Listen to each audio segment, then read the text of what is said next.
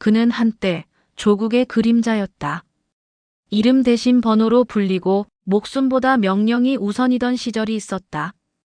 그러나 지금 그가 지키는 건 학교의 정문이었다. 그의 이름은 박철수. 특수부대 출신 경비원. 그리고 이 학교의 마지막 양심이었다. 이 이야기가 마음에 닿는다면 좋아요와 구독으로 다음 장면을 함께 해주세요. 지금부터 운동장 끝에 경비실. 아침 6시 30분. 박철수는 낡은 제복을 매만졌다. 버튼은 달아있었지만 단정했다. 그는 거울 앞에 선 채 군 시절의 버릇대로 말했다. 오늘도 임무 개시한다. 학교 이름은 한솔고등학교. 언뜻 평범한 곳이지만 지역에선 악명 높은 문제 학교였다. 교사는 학생을 두려워하고 학생은 법보다 주먹을 믿었다. 박철수는 새로 부임한 경비원이었다. 그는 평생 전장에서 살아남았지만 이곳에선 자신이 낯설었다. 정문 앞 3명의 학생이 담배를 피우고 있었다. 철수는 다가가 조용히 말했다. 여긴 학교다. 담배는 밖에서 피우거라. 그중 하나 머리를 염색한 아이가 비웃었다. 뭐야, 경비가 우리한테 지적질이야. 명령이 아니다. 부탁이다. 하하, 말투 봐. 군대 다녀왔냐? 그들이 떠들던 사이 한 학생이 담뱃불을 철수의 발밑에 던졌다. 철수는 눈 하나 깜빡하지 않고 그 불을 밟았다. 그리고 낮게 말했다. 불은 꺼야지. 어디서든 번지기 전에. 그 말에 아이들이 잠시 말을 잃었다. 그러나 곧 한 녀석이 중얼거렸다. 재수없네. 늙으니 오래 못 버틸걸. 그들은 비웃으며 떠났다. 남은 건 담뱃재와 빗물뿐이었다. 점심 무렵 교무실에서 교감이 경비실로 전화를 걸었다. 박씨, 복도에 물이 흥건해요. 누가 소화전을 터뜨렸나 봐요. 빨리 좀. 철수는 달려갔다. 밸브를 잠그고 호스를 정리하고 손수건으로 물기를 닦았다. 그 손놀림은 군인의 그것이었다. 아이고 아저씨. 손 빠르시네요. 습관입니다. 물도 불도. 퍼지기 전에 막아야 하죠. 교사가 고개를 끄덕였다. 그러나 멀리서 웃음소리가 들려왔다. 아침에 그 학생들이었다. 야, 경비 아저씨 완전 소방관이네 하하. 그들의 웃음에 철수는 아무 대꾸도 하지 않았다. 그는 오래전 총탄보다 뾰족한 말이 사람의 마음을 더 깊이 찌른다는 걸 알고 있었다. 그날 밤 경비실 문에 낙서가 생겼다. 늙은 군인, 여기선 내가 왕이 아냐. 철수는 말없이 걸레를 들었다. 낙서를 닦아내며 속삭였다. 왕이 되려는 게 아니다. 그저 이곳이 무너지지 않게 버티는 것뿐. 그는 의자에 앉아 어두운 운동장을 바라봤다. 어디선가 개 짖는 소리가 들리고 멀리 교실 불빛 하나가 깜빡였다. 아저씨. 낯선 목소리가 들렸다. 한 학생이 서 있었다. 얇은 교복, 낡은 가방, 맑은 눈동자. 저, 아까 복도에서 물 닦는 거 봤어요. 손 다치셨어요? 괜찮다. 오래된 상처일 뿐이야. 저희 할아버지도 그랬어요. 남자는 피보다 마음이 먼저 아프다고. 철수는 잠시 말을 잃었다. 소녀는 조심스레 음료수를 내밀었다. 이거 드세요. 저는 민호예요. 그날 이후 민호는 경비실의 단골이 되었다. 수업 끝나면 와서 이런저런 이야기를 했다. 아저씨, 요즘 학생들 진짜 무서워요. 그래도 내가 무너지면 학교는 더 어두워진다. 민호는 철수에게서 죽은 할아버지의 따뜻함을 느꼈다. 그리고 철수는 민호를 보며 잃었던 미래의 얼굴을 떠올렸다. 며칠 뒤 운동장 끝 쓰레기장 쪽에서 함성이 들렸다. 야, 잡아. 밀어. 철수가 달려가 보니 민호가 여러 색에 둘러싸여 있었다. 가방이 찢어지고 얼굴에 밀가루가 덮였다. 그 중심에는 아침에 그 아이 재혁이 있었다. 야, 네 할아버지 대신 네가 맞아야겠다. 철수의 발이 멈췄다. 눈빛이 바뀌었다. 군 시절, 폭풍 직전의 그 냉기였다. 그만둬라. 뭐야, 또 경비 아저씨야? 재혁이 밀쳤지만 철수는 그대로 손을 들어 그 팔을 잡았다. 한 번의 움직임. 퍽. 학생 하나가 중심을 잃고 쓰레기 더미 위로 넘어갔다. 힘은 사람을 해치는 게 아니라 지키는 데 쓰는 거다. 아이들이 얼어붙었다. 철수는 민호의 어깨를 감싸며 말했다. 괜찮냐? 네, 아저씨. 저도 언젠간 아저씨처럼 되고 싶어요. 철수는 미소 지었다. 그럴 거다. 넌 이미 그 길 위에 서 있으니까. 그날 이후 학생들은 그를 다르게 불렀다. 누군가는 괴물경비라 했고 누군가는 진짜 어른이라 했다. 하지만 박철수에게는 단 하나의 이름만 남았다. 지킴이. 그날 이후 운동장 끝의 경비실에는 한 아이의 발자국이 매일 들리기 시작했다. 세상은 여전히 거칠었지만 두 사람은 그 안에서 작은 평화를 나눴다. 그러나 평화란 언제나 폭풍의 전조이기도 하다. 아침 햇살이 운동장 모래 위에 내려앉았다. 박철수는 교문 앞을 쓸고 있었다. 그의 걸레질 소리는 규칙적이었다. 마치 군 시절의 훈련 리듬처럼. 그때 익숙한 목소리가 들려왔다. 아저씨, 이거 드세요. 민호였다. 손에는 따뜻한 두유와 삼각김밥이 들려 있었다. 이 녀석, 또 돈 썼구나. 괜찮아요. 어제 경비실 청소같이 했잖아요. 저도 일한 거예요. 철수는 웃으며 말했다. 일은 마음으로 하는 거다. 내가 청소 도와준 건 손이 아니라 마음이지. 민호는 그 말에 잠시 멈칫하더니 수줍게 미소를 지었다. 그날 오후 민호는 철수를 따라 학교 창고로 향했다. 학교 뒤편 아무도 오지 않는 오래된 체육 창고였다. 아저씨, 여긴 뭐 하는 곳이에요? 학생들이 부러뜨린 의자, 던져서 망가진 농구공, 버려진 것들을 모아두는 곳이지. 근데 왜 혼자서 다 고쳐요? 버린다고 다 끝나는 건 아니거든. 사람도 물건도. 민호는 그 말이 묘하게 가슴에 남았다. 철수는 낡은 의자 하나를 손보며 말했다. 내가 만약 무언가를 잃었다면 그냥 버리지 말고 고쳐라. 그래야 내가 커도 마음이 부서지지 않는다. 그날 민호는 오래된 축구공을 하나 주워 운동장 한쪽에 두었다. 언젠가 다시 뛰겠다는 듯한 눈빛이었다. 며칠 후 학교에 이상한 소문이 돌았다. 야, 경비 아저씨가 예전에 특수부대 군인이었대. 그게 아니라 사람 죽인 적 있다더라. 헐, 그래서 운동장 끝에 산다고. 소문은 삽시간에 번졌다.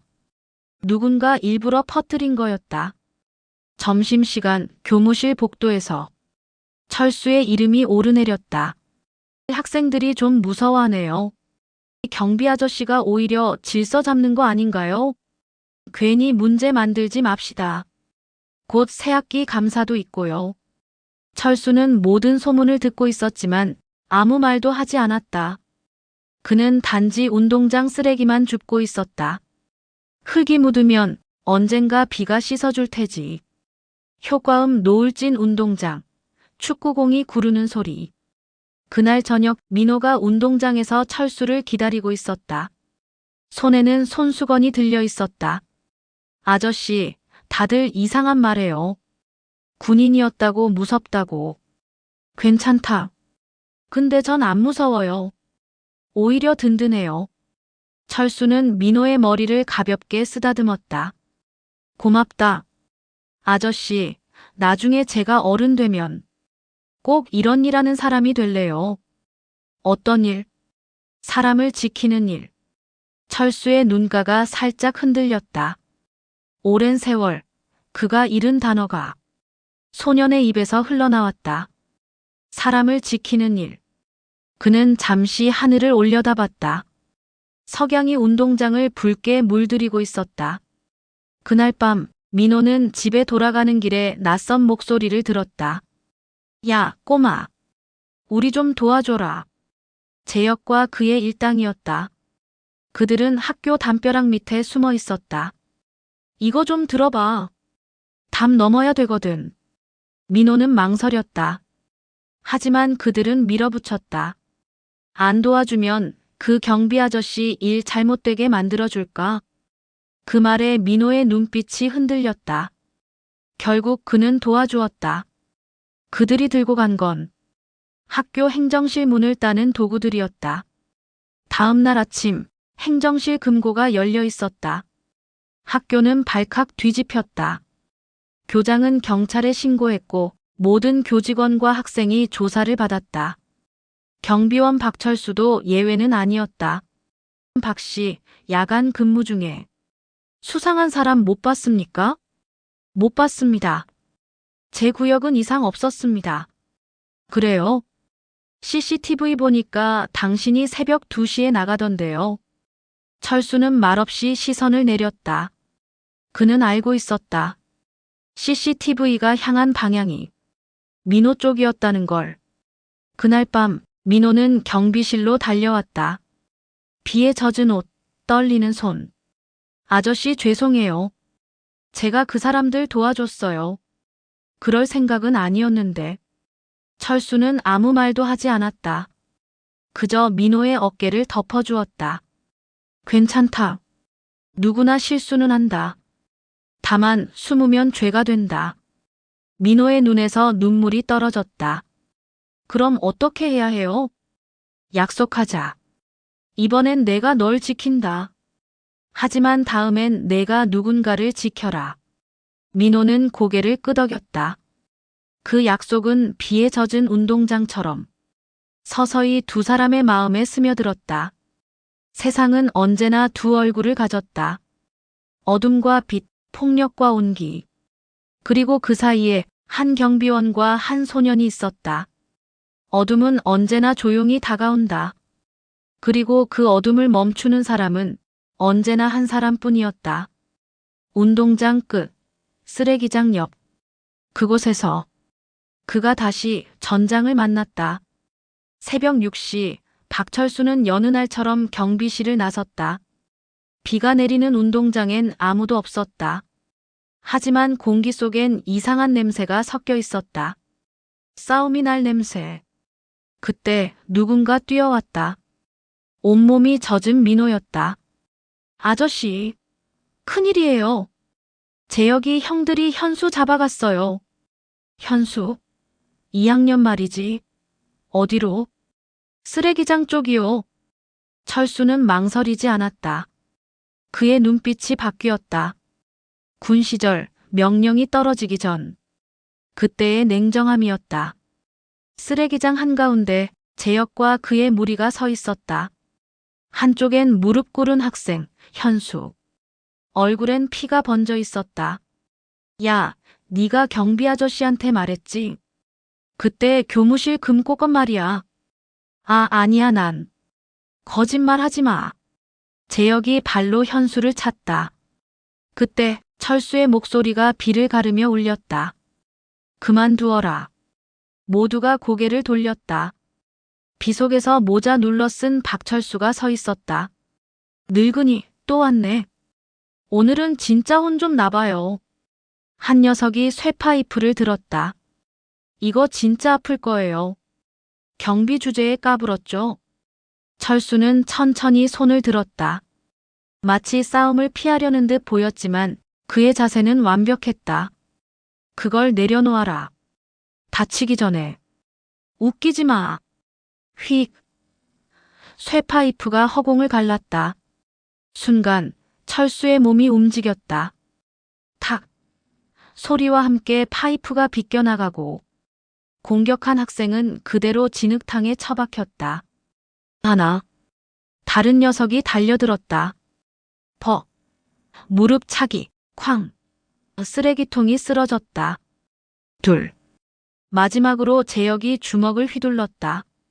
철수는 그대로 잡아당기며 중심을 빼앗았다. 그리고 그의 어깨를 잡아 천천히 밀어 눌렀다. 셋. 비가 그쳤다. 공기엔 숨소리만 남았다. 짜장면 3진실의 대면. 재혁이 비틀거리며 일어섰다. 그의 눈엔 공포와 분노가 뒤섞여 있었다. 당신 도대체 뭐예요? 그냥 오래된 경비원이다. 거짓말. 그거 특수부대 기술이잖아요. 철수는 대답하지 않았다. 대신 쓰러진 현수를 일으켜 세웠다. 다친 데는 없냐? 조금요. 괜찮다. 오늘은 내가 대신 싸워줬지만 다음부턴 내가 스스로 일어나야 한다. 그 말에 현수는 눈물을 삼켰다. 그때 멀리서 교감의 목소리가 들려왔다. 여기서 뭐 하는 겁니까? 학생들에게 손을 대다니. 철수는 조용히 뒤돌았다. 그의 얼굴엔 감정이 없었다. 손을 댄 게 아닙니다. 아이들을 멈춘 겁니다. 당신 해고될 줄 아시오. 그럴지도 모르죠. 하지만 이 아이들이 내일 웃는다면 그걸로 충분합니다. 교감은 말문이 막혔다. 그때 뒤편에서 민호가 외쳤다. 교감 선생님. 재혁이 형들이 행정실 금고 턴 거예요. 그 CCTV 아저씨가 지켰어요. 모두의 시선이 교감으로 향했다. 그의 얼굴이 새하얗게 질렸다. 철수는 다시 경비실로 돌아왔다. 낡은 책상 위엔 젖은 수건과 커피 한 잔. 민호가 옆에 앉았다. 아저씨, 왜 이렇게 참아요? 나 같으면 벌써 다 때렸어요. 힘은 사람이 견딜 때 의미가 있다. 그게 훈련이고 그게 인간이다. 그럼 아저씨는 지금도 훈련 중이에요? 철수는 미소를 지었다. 그래. 나는 아직도 누군가를 지키는 훈련을 하고 있지. 창밖으로 비가 멈췄다. 운동장 위엔 붉은 노을이 내려앉았다. 박철수는 조용히 커피를 들어 올렸다. 민호야. 네. 오늘의 약속 잊지 마라. 내가 커서 누군가를 지킬 수 있는 어른이 되면 그땐 내가 편히 눈 감을 수 있겠지. 민호는 눈을 반짝이며 고개를 끄덕였다. 그날 비는 멎었지만 세상은 아직 젖어 있었다. 그리고 운동장 끝에 경비실 안엔 두 사람의 약속이 조용히 빛나고 있었다. 폭력은 사라진 듯 했다. 하지만 진짜 폭력은 주먹이 아니라 입으로 그리고 서류로 이루어진다. 학교라는 이름의 세상 안에서 어른들은 언제나 조용히 싸우고 있었다. 교감은 두꺼운 안경을 고쳤으며 말했다. 박 씨, 지난번 일 말입니다. 쓰레기장 사건 말씀이십니까? 예. 그 일로 학부모 민원이 많습니다.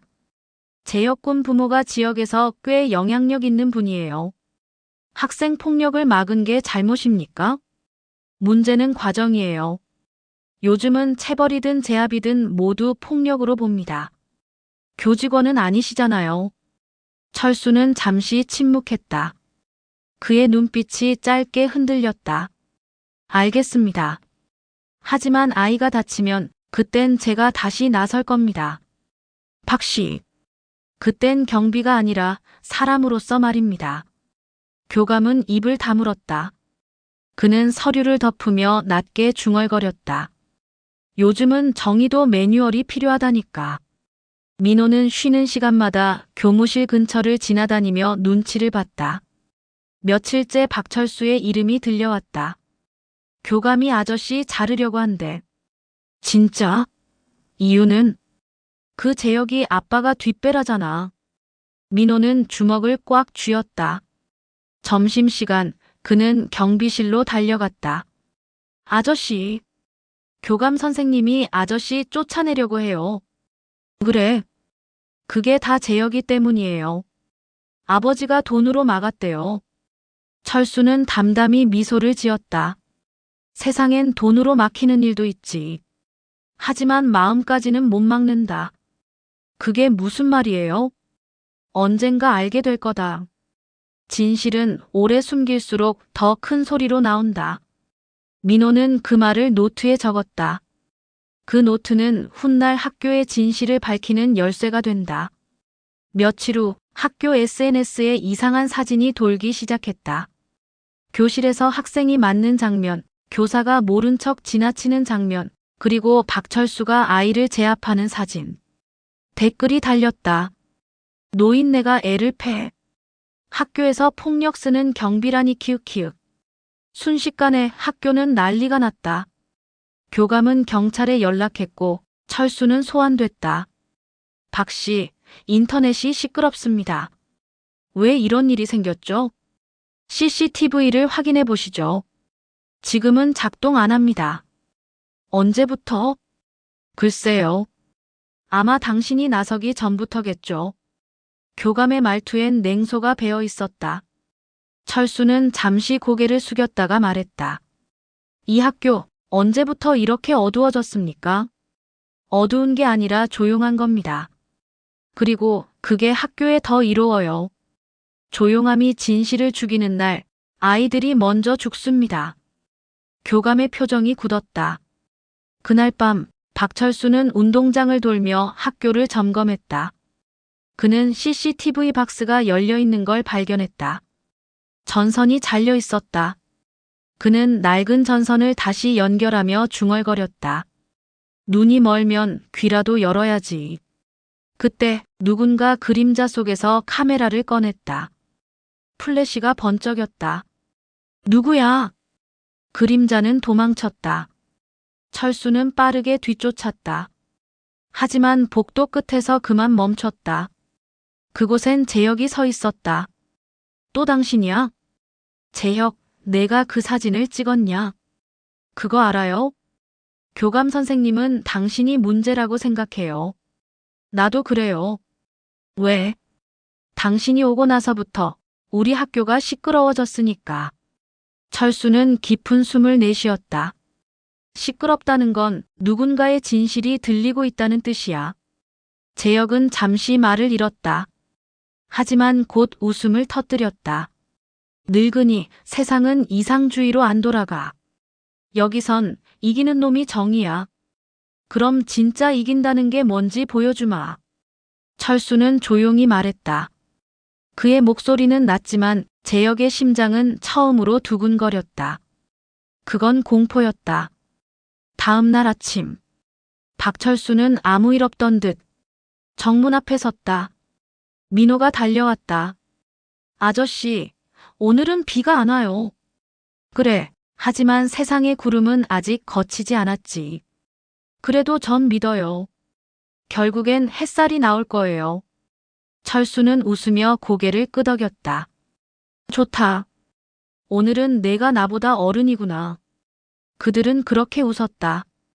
하지만 복도 끝 교감실 창문에서 한 쌍의 눈이 그들을 노려보고 있었다. 학교의 평화는 거짓 위에 세워진 모래성 같았다. 그리고 박철수는 이제 그 모래성을 무너뜨릴 진짜 바람이 되려 하고 있었다. 학교의 어둠은 교실에만 있지 않았다. 주먹보다 날카로운 건 침묵이었고 그 침묵을 기록한 건 한 소년이었다. 하지만 진실을 기록하는 순간부터 그는 이미 표적이 되었다. 민호는 책상에 앉아 노트를 쓰고 있었다. 표지는 낡았고 구석엔 작게 적혀 있었다. 학교의 그림자. 그는 매일 있었던 일을 세밀하게 적었다. 누가 누구를 괴롭혔는지, 교사가 어떤 말을 했는지, 그리고 박철수가 어떤 눈빛으로 아이들을 바라봤는지. 사람들은 몰라요. 진짜 폭력은 맞는 게 아니라 보고도 모른 척하는 거라는 걸. 노트의 맨 마지막 장엔 이렇게 적혀 있었다. 진실은 언제나 살아남는다. 그날 민호는 그 노트를 가방에 넣었다. 그러나 누군가 그 모습을 창문 밖에서 지켜보고 있었다. 바로 재혁이었다. 교감은 서류를 정리하며 낮게 웃었다. 역시 학생 하나 때문에 학교가 시끄러워졌군. 비서교사는 눈치를 보며 말했다. 그 경비 아저씨 너무 나서시는 것 같습니다. 그 노인네는 단순해요. 정의감, 책임감 그런 거. 하지만 세상은 그런 걸로 안 굴러갑니다. 그때 문이 열렸다. 재혁이 들어섰다. 선생님, 말씀하신 거 준비됐어요. 좋아. 그 노트를 가져오면 모든 게 끝나. 그리고 넌 문제 학생 딱지를 떼게 될 거야. 재혁은 씁쓸하게 웃었다. 진짜 그걸로 끝날까요? 세상은 말이야, 재혁아. 진실보다 증거를 믿는다. 그 말에 재혁의 눈빛이 잠시 흔들렸다. 점심시간. 민호는 급식실에서 돌아와 보니 가방이 열려 있었다. 뭐야? 노트가 사라져 있었다. 그는 복도와 교실을 뒤졌지만 어디에도 없었다. 눈물이 고였다. 그 순간 누군가 어깨를 잡았다. 박철수였다. 무슨 일이냐? 노트요 없어졌어요.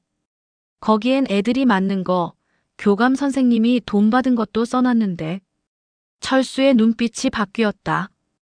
언제 사라졌지? 아침이에요. 재혁이 형이 교무실 쪽으로 갔어요. 철수는 잠시 눈을 감았다. 그리고 단호하게 말했다. 지금은 찾는 게 아니라 지키는 때다. 넌 아무 말도 하지 마라. 그의 목소리는 군 시절 작전 명령처럼 냉정했다. 그날 오후 교감은 교무실에서 기자 한 명을 만났다. 이번 사건은 학생과 경비원 간의 갈등이라 보시면 됩니다. 그럼 폭력은 사실이군요. 아무래도 나이 든 분이다 보니 감정 조절이 안 되신 듯합니다. 기자는 고개를 끄덕였다. 책상 위엔 노트 한 권이 놓여 있었다. 민호의 노트였다. 하지만 그 안의 내용은 바뀌어 있었다. 폭력의 가해자는 경비원 박철수. 교감이 손가락으로 책을 톡톡 두드렸다. 이걸로 모든 게 정리됩니다. 그 순간 문이 열리며 낯익은 목소리가 들렸다. 정리라. 그건 당신들 기준이겠지요. 박철수가 들어왔다. 손에는 USB 하나가 들려 있었다. CCTV는 고장났다고 하셨죠? 근데 그건 당신 사무실만 끊겨 있더군요. 교감의 얼굴이 굳었다. 이건 불법입니다. 불법은 진실을 덮는 게지. 그는 USB를 기자에게 건넸다. 여기에 진짜 폭력의 기록이 있습니다. 선택은 기자님 몫입니다. 기자의 눈빛이 흔들렸다. 교감은 식은땀을 흘렸다. 이 노인네가 미쳤어. 미쳤지요. 하지만 정의를 잃은 세상에선 미친 사람이 마지막 양심이니까. 그날 저녁 박철수는 운동장을 걷고 있었다. 민호가 달려왔다. 아저씨, 노트 찾았어요? 찾았다. 하지만 그 안엔 거짓이 가득하더구나. 그럼 이제 어떻게 해요? 진실은 숨기면 썩는다. 하지만 썩은 건 결국 냄새로 드러나지. 민호는 고개를 끄덕였다. 그의 눈빛엔 두려움보다 결의가 있었다. 저도 그 냄새를 막을 거예요. 철수는 조용히 민호의 어깨를 두드렸다. 그래. 이제 내가 지킬 차례다. 노을이 운동장 끝을 붉게 물들였다. 그리고 경비실 창문 너머 어딘가에서 카메라의 붉은 불빛이 깜빡였다. 누군가 또 지켜보고 있었다. 거짓은 기록될 수 있다. 하지만 진실은 끝내 지워지지 않는다.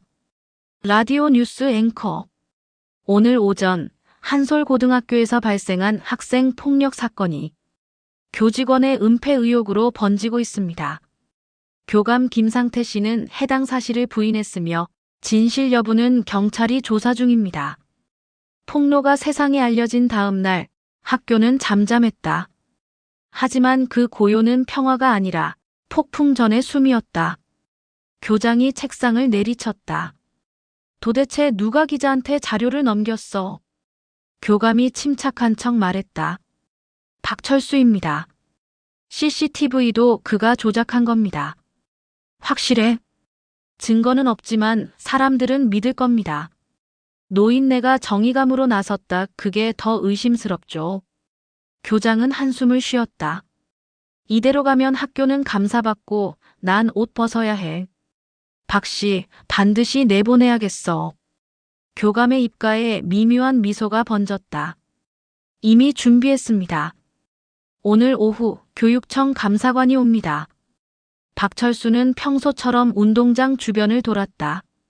그의 표정은 평온했지만 누군가 그의 뒤를 찍고 있는 카메라 플래시가 번쩍였다.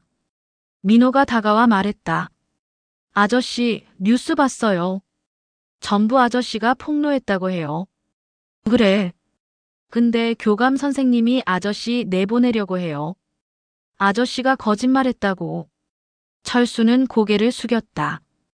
그의 목소리는 낮았지만 단단했다. 진실을 말한 대가라면 난 감수할 수 있다. 하지만 아저씨가 없어지면 학교는 또 예전처럼 돼요. 철수는 잠시 민호를 바라보다가 말했다. 그럼 내가 내 대신 서라. 네. 사람은 언젠가 지켜야 할 자리가 생긴다. 그게 너한텐 지금이야. 민호의 눈이 흔들렸다. 그 순간 하늘에서 한 줄기 번개가 터졌다. 감사관 3명이 교무실에 앉아 있었다. 그들 앞엔 교감, 교장, 그리고 박철수가 있었다. 박씨, 당신이 CCTV 영상을 기자에게 전달했습니까? 예. 허가 없이 외부의 자료를 유출한 건 명백한 규정 위반입니다. 교감이 곁에서 말했다. 게다가 학생을 폭행한 장면도 있습니다. 그건 폭행이 아니라 제압이었습니다. 제압이요? 학생을 쓰러뜨려 놓고. 철수는 말없이 USB를 꺼냈다. 이건 그날의 다른 각도 영상입니다. CCTV엔 찍히지 않았지만 학생이 먼저 쇠파이프를 휘둘렀습니다. 감사관이 재생 버튼을 눌렀다. 영상 속엔 철수가 아이들을 제압하기 전에 명백한 폭행 장면이 담겨 있었다. 교감의 얼굴이 굳었다. 감사관은 눈을 가늘게 뜨며 말했다. 진실은 보는 각도에 따라 다르군요. 철수는 조용히 말했다. 진실은 각도가 아니라 용기입니다. 교감은 교무실 뒤편에서 통화를 하고 있었다. 네, 회장님. 그 박씨 말입니다. 예, 오늘 정리됩니다. 그때 뒤에서 목소리가 들렸다. 정리는 그렇게 쉽게 되는 게 아닙니다. 교감이 놀라 돌아봤다. 박철수가 서 있었다. 이젠 사과라도 받으러 오셨습니까? 아니요. 마지막 경고하러 왔습니다. 아직도 군인 버릇 못 버리셨군요. 당신 같은 사람 때문에 아이들이 세상을 잘못 배웁니다. 이 학교가 썩은 건 폭력이 아니라 비겁함 때문이에요. 교감은 비웃으며 말했다. 이 학교는 내가 만든 겁니다. 당신이 감히. 철수는 조용히 걸어가 교감의 담배를 손끝으로 꺼뜨렸다. 연기가 허공에서 흩어졌다. 그럼 무너지는 것도 당신 책임이겠죠. 그날 밤 학교 전광판이 번쩍였다. 한솔고 교감 김상태, 부패 혐의 조사 착수. 뉴스 속보였다. 기자는 익명의 제보자로부터 자료를 받았다. 그건 박철수가 아니라 재혁이었다. 민호가 놀라서 말했다. 재혁 형이. 그 아이도 결국 선택한 거야. 용서할 수 있을까요? 사람은 잘못보다 용서를 배워야 한다. 비가 내렸다. 철수는 모자를 눌렀으며 운동장 한복판에 섰다. 바람이 불었고 번개가 하늘을 갈랐다. 그날 밤 한솔고등학교엔 이름 없는 폭풍이 불었다. 그리고 그 폭풍의 중심엔 언제나 한 남자가 서 있었다. 사람은 누구나 참는다. 하지만 누군가의 생명이 그 한계를 넘을 때 더는 침묵할 이유가 없다. 그리고 그날 박철수는 참지 않았다. 운동장 한복판 민호가 쓰러져 있었다. 얼굴엔 피가 흐르고 입술이 파랬다. 교사들은 아무 말도 못하고 서 있었다. 민호야. 박철수가 달려왔다. 비에 젖은 모자가 떨어지고 그의 손이 민호의 손을 덮었다. 민호야, 눈 떠라. 의무교사가 다급히 외쳤다. 119. 의식이 없습니다. 구급차 문이 닫히는 순간 박철수의 손끝이 떨렸다. 그의 눈빛엔 분노가 아니라 절망이 있었다. 이건 내가 막을 수 있었는데. 그 시각 교감은 전화기를 들고 있었다. 그래, 회장님. 걱정 마십시오. 그 꼬마가 말썽을 좀 피워서 병원에 있습니다. 그 말 뒤엔 피식거리는 웃음이 섞였다. 그 순간 문이 벌컥 열렸다. 박철수가 젖은 제복 차림으로 들어섰다. 눈빛은 싸늘했다. 지금 뭐라고 했습니까? 경비 씨, 무슨 말버릇이야? 누가 그 아이를 저렇게 만들었죠? 흥분하지 마세요. 학생들끼리 싸운 일에 왜 그렇게. 탁! 박철수의 주먹이 책상 위를 내리쳤다. 서류 더미가 공중으로 흩어졌다. 학생들끼리 싸운 게 아닙니다. 당신 같은 어른들이 아이들을 망친 겁니다. 교감이 뒤로 물러서며 말했다. 당신, 지금 협박하는 거야? 협박이 아닙니다. 경고입니다. 철수의 목소리는 전장에서 부하들에게 명령을 내리던 그 톤이었다. 그날 밤 박철수는 학교 보안실로 들어갔다. 의자에 앉은 그는 USB를 꽂았다. 화면엔 교감실, 복도, 그리고 운동장 영상이 차례로 나타났다. 그중 하나, 민호가 재혁 일당에게 둘러싸이는 장면이 있었다. 그리고 그 뒤, 그들을 지켜보던 교감의 그림자도 찍혀 있었다. 그래, 이거였군. 철수는 화면을 복사하며 중얼거렸다. 이젠 말이 아니라 증거로 끝내야지. 학교 뒤 쓰레기장 근처. 재혁과 친구들이 웅성거렸다. 교감이 다 끝났대. 그 경비 아저씨, 오늘로 잘린다더라. 근데 진짜 무섭긴 했지. 눈빛이 완전 살벌했어. 그때 비 속에서 한 그림자가 다가왔다. 박철수였다. 그 말, 나한테 직접 해볼래? 학생들이 움찔했다. 그의 얼굴은 젖은 머리칼에 가려져 있었지만 그 눈빛 하나로 모두가 숨을 멈췄다. 민호를 다치게 한 놈이 누구냐? 재혁이 이를 악물었다. 그건 우리가 한 게 아니에요. 거짓말하지 마. 진짜예요. 교감이 시켰어요. 민호가 기자한테 말하려 했다고. 철수는 그 말을 듣고 그대로 멈춰섰다. 주먹이 천천히 내려왔다. 그래서 그 아이가 이렇게 된 거군. 번개가 하늘을 찢었다. 그의 그림자가 운동장 벽에 커다랗게 드리워졌다. 이제부터 내가 학교를 지킨다. 다음 날 아침, 학교 정문 앞은 혼란이었다. 경찰이 교감실을 압수수색하고 있었다. 기자들이 몰려들었다. CCTV에 교감이 폭력 사주하는 장면이 포착됐습니다. 사실입니까? 교감은 손으로 얼굴을 가렸다. 박철수는 멀리서 그 모습을 지켜보고 있었다. 민호의 어머니가 다가와 눈물로 말했다. 아저씨, 감사합니다. 우리 민호 깨어났어요. 철수의 입가에 오랜만에 미소가 번졌다. 다행입니다. 아이가 다시 눈을 뜬다면 아직 이 학교도 살아있습니다. 그는 싸우지 않으려 했지만 세상이 싸움을 걸어왔다. 그리고 그날 박철수는 다시 전사가 되었다. 폭풍은 지나갔지만 그 여운은 사람들의 가슴 속에 남았다. 살아남은 자들은 묻는다. 나는 그날 옳은 선택을 했는가? 민호는 천천히 눈을 떴다. 창밖에는 잔잔한 햇살이 내려앉았다. 오랜만에 느껴보는 평화였다. 그의 곁에는 박철수가 있었다. 의자에 기대 잠든 채 손에는 식지 않은 커피 한 잔.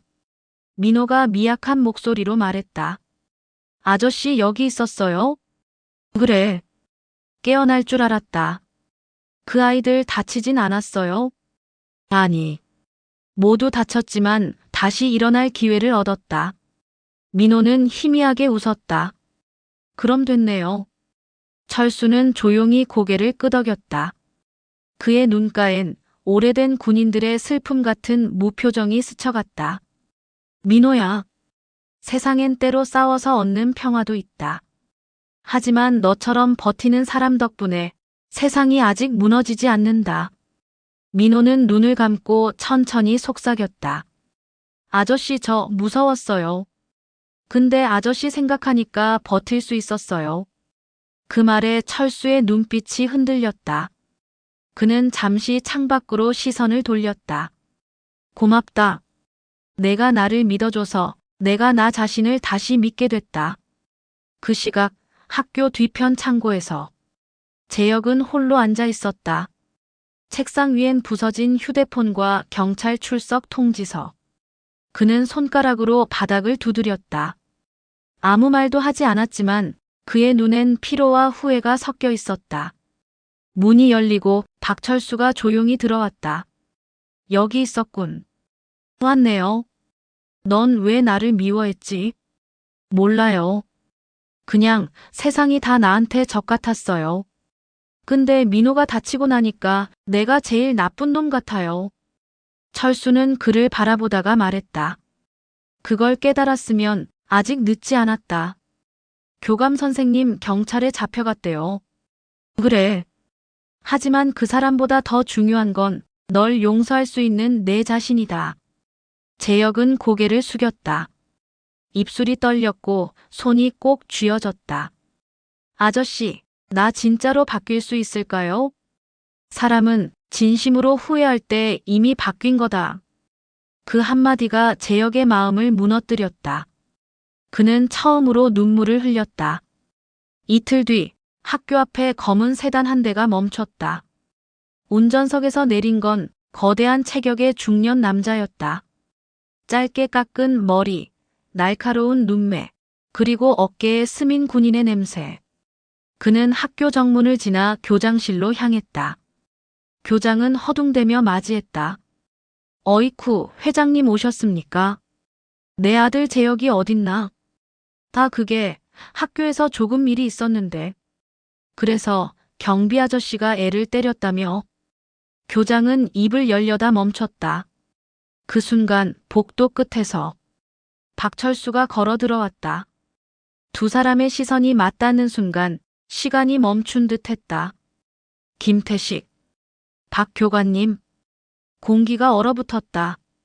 교장은 눈을 동그랗게 떴다. 두 분 아는 사이십니까?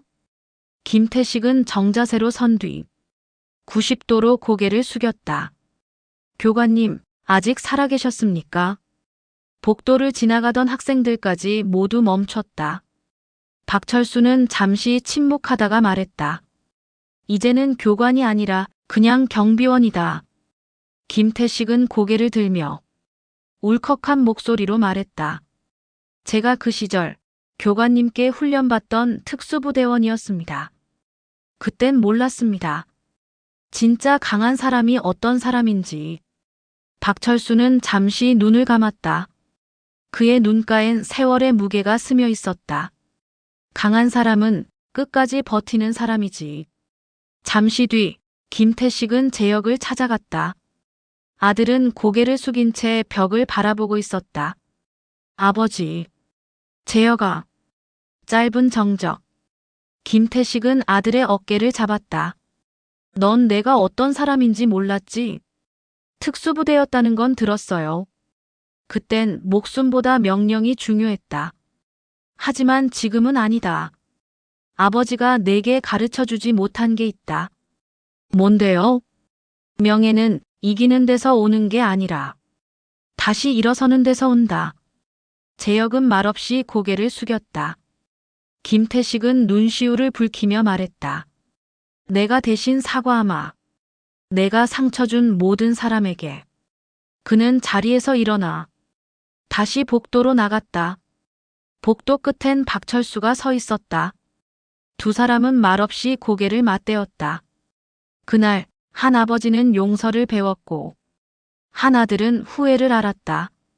그리고 한 남자는 오래된 그림자 속에서 다시 빛을 보기 시작했다. 폭풍이 지나간 뒤 남은 것은 폐허가 아니라 사람의 마음이었다. 그날 두 남자는 오래 묵은 침묵을 깨고 마주 앉았다. 박철수는 낡은 주전자에 물을 올려놓고 있었다. 하얀 김이 피어오르자 그는 묵직한 손으로 찻잔 2개를 꺼냈다. 문이 열리고 김태식이 들어왔다. 그의 어깨엔 세월이, 그의 눈엔 부끄러움이 얹혀 있었다. 교관님, 오래됐습니다. 이제 그 말 그만하게. 여긴 전장이 아니니까. 김태식이 어색하게 웃었다. 그래도 여긴 여전히 교관님 냄새가 납니다. 냄새라 커피 냄새 말이냐? 아니요. 책임의 냄새요. 철수는 그 말에 잠시 눈을 감았다. 그가 잊고 있던 단어였다. 책임이라. 그들은 말없이 찻잔을 들어 올렸다. 창밖으로는 운동장이 보였다. 어제의 폭풍이 씻어낸 듯 모래 위엔 아이들이 새로 그린 축구선이 희미하게 남아 있었다. 김태식이 입을 열었다. 교관님, 전 아직도 그때 기억이 납니다. 새벽 훈련 중 진짜 싸움은 총이 아니라 마음으로 하는 거다. 하셨죠? 철수는 미소를 지었다.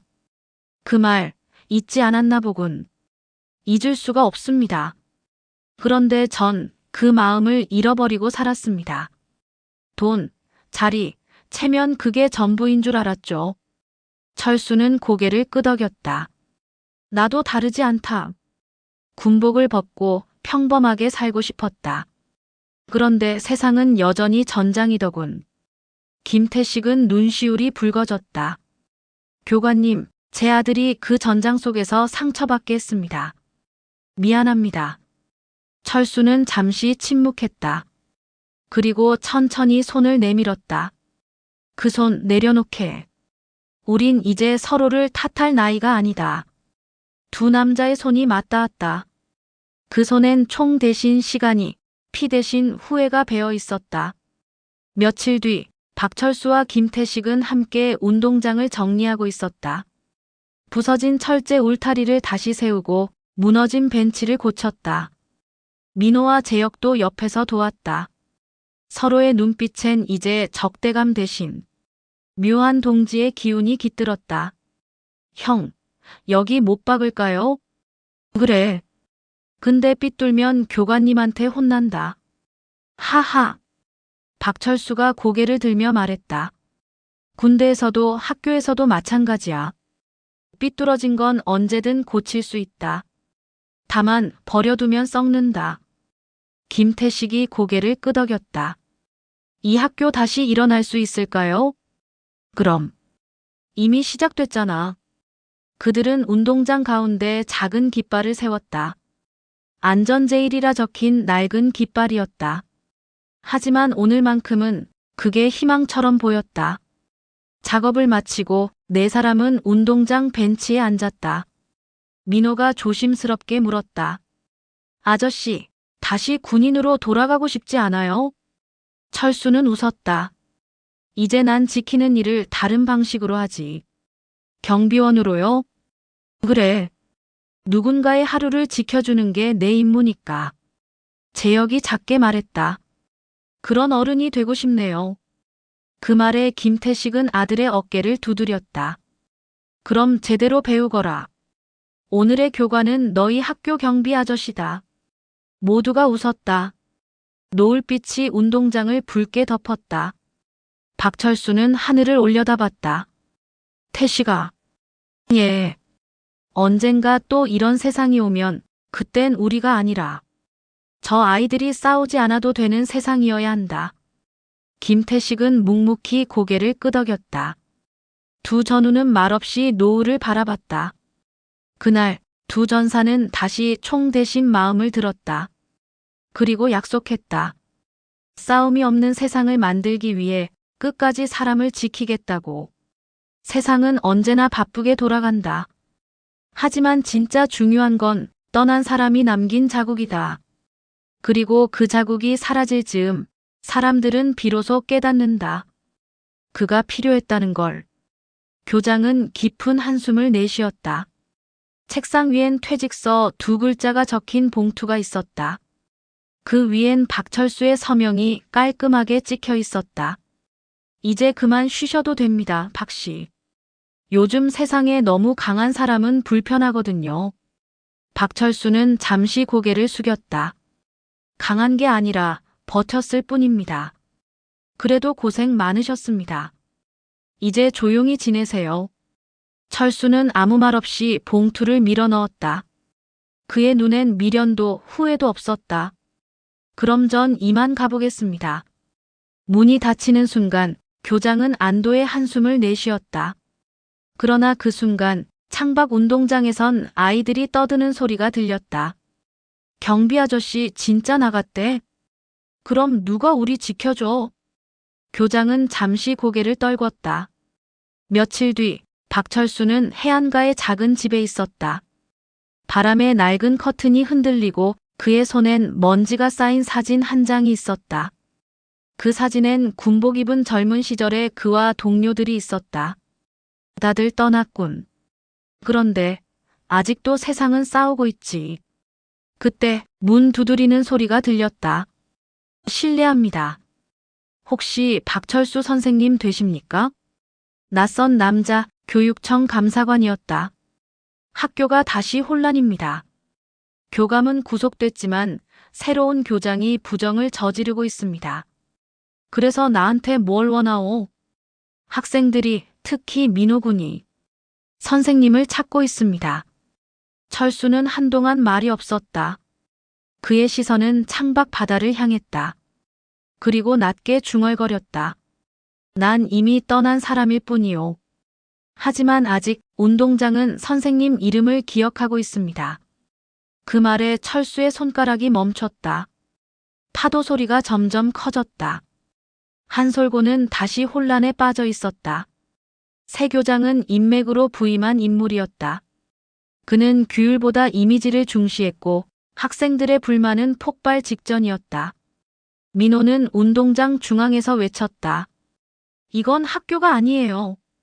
아무도 우리 말을 들어주지 않잖아요. 교장은 비웃듯 말했다. 학생이 뭘 안다고. 그 순간 재혁이 민호 앞에 섰다. 이제 우린 예전처럼 안 참아요. 그분이 우리에게 그랬죠. 진짜 싸움은 마음으로 하는 거다. 학생들이 하나둘 모여들었다. 운동장은 다시 긴장감으로 가득 찼다. 그때 멀리서 한 그림자가 걸어오고 있었다. 낡은 모자, 어깨에 걸린 점퍼, 그리고 익숙한 걸음걸이. 학생들이 웅성거렸다. 저 사람 설마? 경비 아저씨다. 박철수가 학교 정문을 들어섰다. 그의 눈엔 다시 임무의 빛이 살아났다. 교장이 다가와 외쳤다. 박씨, 여긴 당신이 있을 자리가 아닙니다. 철수는 조용히 모자를 벗었다. 바람이 머리카락을 흩날렸다. 자리를 만든 건 당신들이지만 그 자리를 지킨 건 나 같은 사람들이었소. 교장이 비웃었다. 이게 협박입니까? 아니요. 돌아온 이유를 말하는 겁니다. 학생들이 하나둘 뒤에 섰다. 민호, 재혁, 그리고 수십 명의 아이들. 아저씨, 이젠 저희가 같이 지킬게요. 철수는 미소 지었다. 그리고 천천히 고개를 끄덕였다. 좋다. 이번엔 함께 싸우자. 그날 오후 학교의 깃발이 새로 걸렸다. 정의, 존중, 그리고 배움. 박철수는 깃발을 올리는 민호를 바라보았다. 그리고 중얼거렸다. 이제 진짜 시작이군. 김태식이 곁에서 말했다. 교관님, 이번 임무의 이름은 뭡니까? 철수는 미소를 지으며 대답했다. 전설은 떠난 적이 없었다. 단지 세상이 그를 다시 부를 때를 기다리고 있었을 뿐. 그 모래성을 무너뜨릴 진짜 바람이 되려 하고 있었다. 빛은 언제나 어둠을 두려워하지 않는다.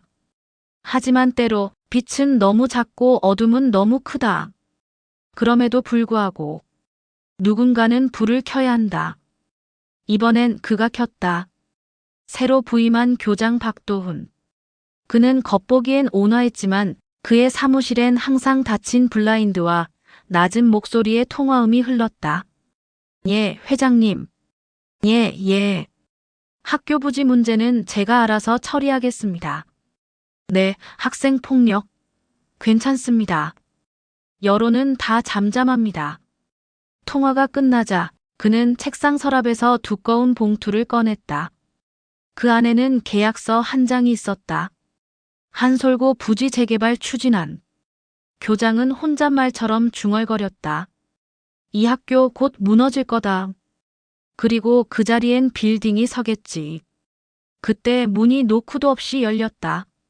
박철수가 들어섰다. 무너진다는 말 무슨 뜻입니까? 교장은 놀랐다가 억지로 웃었다. 아, 박씨. 새로 복귀하셨다 들었습니다. 그냥 농담이에요. 전쟁에서 농담은 곧 명령이었습니다. 교장의 웃음이 굳었다. 그날 밤 박철수는 경비실 CCTV를 점검하고 있었다. 그는 이상한 점을 발견했다. 카메라 한 대가 특정 구역. 학교 지하 창고 쪽만 꺼져 있었다. 지하 창고라. 그는 손전등을 들고 내려갔다. 낡은 계단, 먼지, 쥐소리, 그리고 희미한 전등 하나. 문틈 사이에서 서류 더미가 보였다. 그 위엔 부지 매각 서류라는 도장이 찍혀 있었다. 박철수는 그것을 손에 들려던 순간 뒤에서 인기척이 났다. 누구냐? 그의 손전등 빛이 향한 곳엔 재혁이 서 있었다. 아저씨, 나도 이거 봤어요. 새 교장이 학교 땅을 팔려고 해요. 학생들 싸움도 일부러 묵인했어요. 박철수는 조용히 말했다. 그럼 이제 우리 둘이 싸워야겠군. 다음 날 박철수와 재혁은 민호를 불러 경비실 안에서 작전을 짰다. 민호, 넌 기자랑 연락할 수 있겠지? 예, 지난번에 기사 써준 기자님 번호 있어요. 좋아. 재혁, 넌 학교 서버실로 가라. 계약서 원본을 복사해라. 경비 아저씨, 그건 불법이에요. 불법보다 더 나쁜 게 있다. 아무것도 안 하는 거다. 재혁은 고개를 끄덕였다. 그의 눈빛엔 이제 예전의 거칠음 대신 결의가 있었다. 다음 날 아침, 교장은 학교 혁신 발표회라는 명목으로 기자들을 불렀다. 그러나 무대 위에 스크린이 켜지자 그의 얼굴빛이 순식간에 사라졌다. 화면에는 학교 지하 창고에서 찍힌 CCTV 영상이 재생됐다. 교장 박도훈, 부지 매각 계약 체결 현장. 학생들, 기자들, 교사들 모두 숨을 삼켰다. 이게 뭐야? 누가? 뒤편에서 박철수가 걸어 나왔다. 진실의 불빛입니다. 꺼지지 않도록 지켜야 할 불빛. 교장은 분노에 찬 목소리로 외쳤다. 당신, 또 이 난리를. 그 순간 교육청 감사관이 나타났다. 박도훈 교장, 공문서 위조 및 뇌물수수 혐의로 체포합니다. 교장이 쓰러졌다. 박철수는 아무 말 없이 눈을 감았다. 모든 것이 끝난 뒤 박철수는 운동장을 걸었다. 민호와 재혁이 뒤따랐다. 아저씨, 이제 진짜로 끝난 거죠? 끝은 늘 새 시작의 문 앞에 있다. 재혁이 묻는다. 이제 뭐 하실 거예요? 철수는 잠시 하늘을 바라봤다. 운동장 위, 가로등 불빛이 별처럼 반짝였다. 나는 내 불빛을 계속 지킬 거다. 누군가 어둠 속에 있을 때 길을 잃지 않도록 말이지. 민호가 미소 지었다. 그럼 저도 그 불빛 하나 맡을게요. 그래. 빛은 혼자 켜는 게 아니니까. 그날 밤 운동장 끝 경비실의 불이 다시 켜졌다. 그것은 단순한 불빛이 아니었다. 그건 세상의 어둠을 비추는 한 인간의 신념이었다. 사람은 누구나 빛을 바란다. 하지만 어떤 빛은 그 밑에 그림자를 숨긴다. 그 밤 운동장 끝에 경비실 불빛 아래서 한 사람의 과거가 드러났다. 박철수는 경비실 책상 위에 편지 봉투 하나를 올려두고 있었다. 편지 앞면엔 지연에게 그의 딸 이름이 적혀 있었다. 그는 조용히 펜을 들었다. 지연아, 내가 어릴 적 아버지는 전쟁터 같은 세상에 나가 있었단다. 명령과 의무 때문에 내 곁을 지키지 못했지. 그게 내 평생의 죄야. 하지만 지금은 누군가의 아버지가 되는 법을 이 아이들한테서 배우고 있다. 그의 눈에서 조용히 눈물이 떨어졌다. 펜촉이 종이를 적셨다. 그때 문이 두드려졌다. 아저씨, 저예요. 민호요. 철수는 손등으로 눈물을 닦고 문을 열었다. 이 밤중에 왜 왔니? 그냥 불빛이 보여서요. 멀리서도 보이더라고요. 따뜻해서. 철수는 미소 지었다.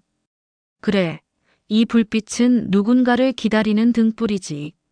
민호는 우연히 책상 서랍 안에서 한 사진을 보았다. 어린 소녀가 웃고 있었다. 그 옆엔 젊은 박철수, 군복 차림의 모습. 아저씨, 이거 따님이세요? 철수는 고개를 끄덕였다. 그래. 잃어버린 딸이다.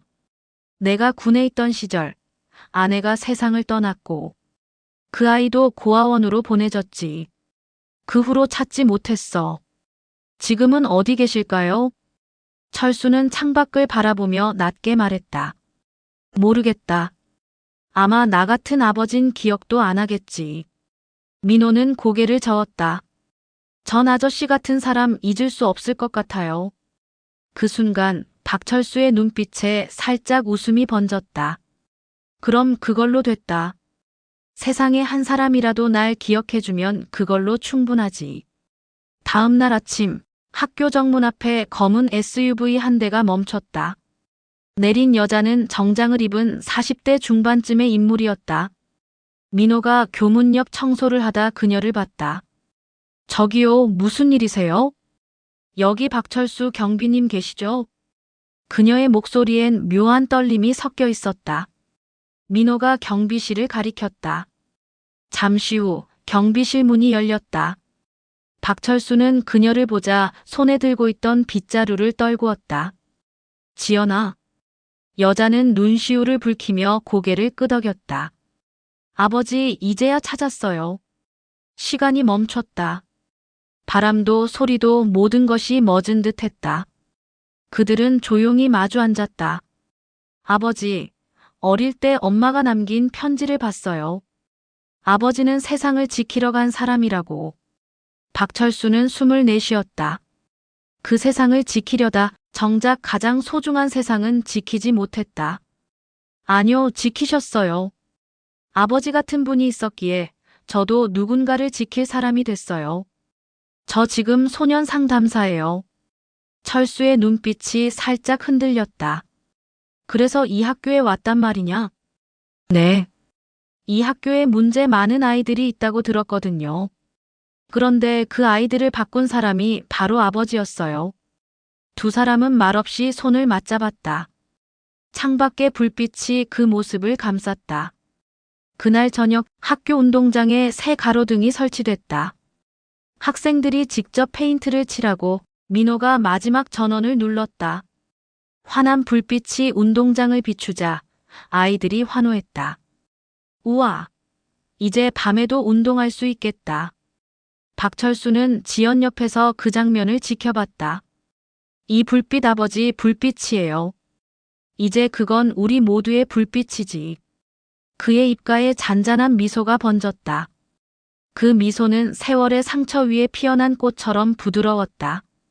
그날 밤 한솔고등학교의 운동장은 그 어느 때보다 밝았다. 그리고 그 빛 아래엔 다시 만난 가족과 용서가 서 있었다.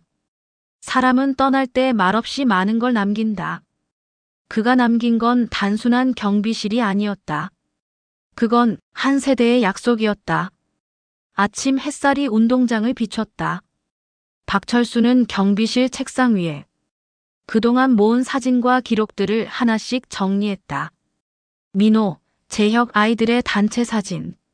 그는 천천히 그것들을 작은 상자에 넣었다. 이제 다 된 거지. 그때 문이 열리고 지연이 들어왔다. 아버지, 벌써 나가시게요? 그래. 여긴 이제 잘 돌아가고 있잖니. 그래도 아이들이 아쉬워할 텐데요.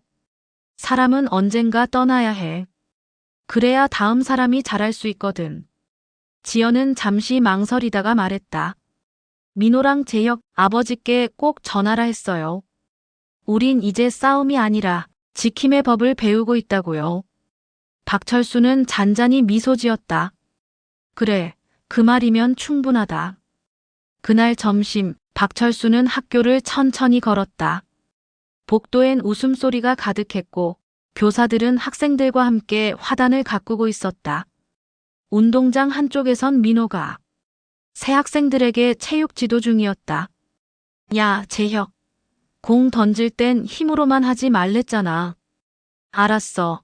선생님 흉내 내지 마라. 박철수는 미소 지으며 그 장면을 지켜봤다.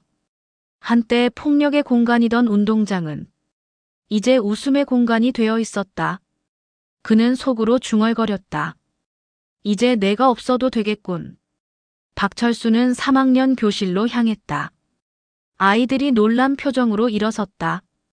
아저씨, 정말 떠나세요? 그래. 하지만 떠난다고 해서 끝나는 건 아니야. 오늘은 마지막 수업을 하러 왔다. 학생들이 숨죽이며 들었다. 사람이 강하다는 건 남을 이기는 게 아니다. 넘어지고도 다시 일어나는 게 진짜 강한 거다. 그리고 내가 지키고 싶은 사람이 생겼다면 절대 포기하지 마라. 교실 안이 조용해졌다. 누군가 눈시울을 훔쳤다. 그는 천천히 문을 나섰다.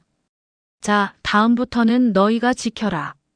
이 학교와 서로를. 저녁 운동장 한가운데 아이들이 모두 모여 있었다. 민호가 큰 목소리로 외쳤다. 우리 약속하자. 이 운동장에서 절대 폭력은 없을 거라고. 아이들이 동시에 손을 들었다. 하늘로 향한 그 손끝에 노을빛이 부서져 내렸다. 지연이 아버지 곁에 서서 말했다. 이게 바로 아버지의 교실이에요. 박철수는 웃으며 모자를 벗었다. 그래, 참 잘 배웠구나. 그의 눈빛엔 자부심과 안도가 함께 담겨 있었다. 그날 밤 학교 정문 앞에서 버스가 멈췄다. 박철수가 마지막으로 경비실 불을 껐다. 하지만 창문 밖에선 민호와 재혁이 몰래 불을 다시 켰다. 이 불은 꺼지면 안 돼. 응, 아저씨의 불이니까. 버스 창가에 앉은 박철수는 멀어지는 학교를 바라보며 중얼거렸다. 그래. 불빛은 사람을 떠나도 마음속엔 남는 법이지. 그의 입가에 잔잔한 미소가 번졌다. 그렇게 그는 떠났다. 하지만 사람들은 그를 경비 아저씨라 부르지 않았다. 그를 세상의 마지막 교사라 불렀다. 한 사람의 인생은 언제나 조용히 세상을 바꾼다. 그는 이름 없는 경비원이었고 그러나 누구보다 뜨겁게 세상을 지킨 전사였다. 그가 떠난 뒤 한솔고의 밤은 더 이상 어둡지 않았다. 운동장 끝 경비실의 불빛은 이제 아이들의 마음속에 켜져 있다. 누군가가 길을 잃을 때마다 그 불빛은 다시 켜질 것이다.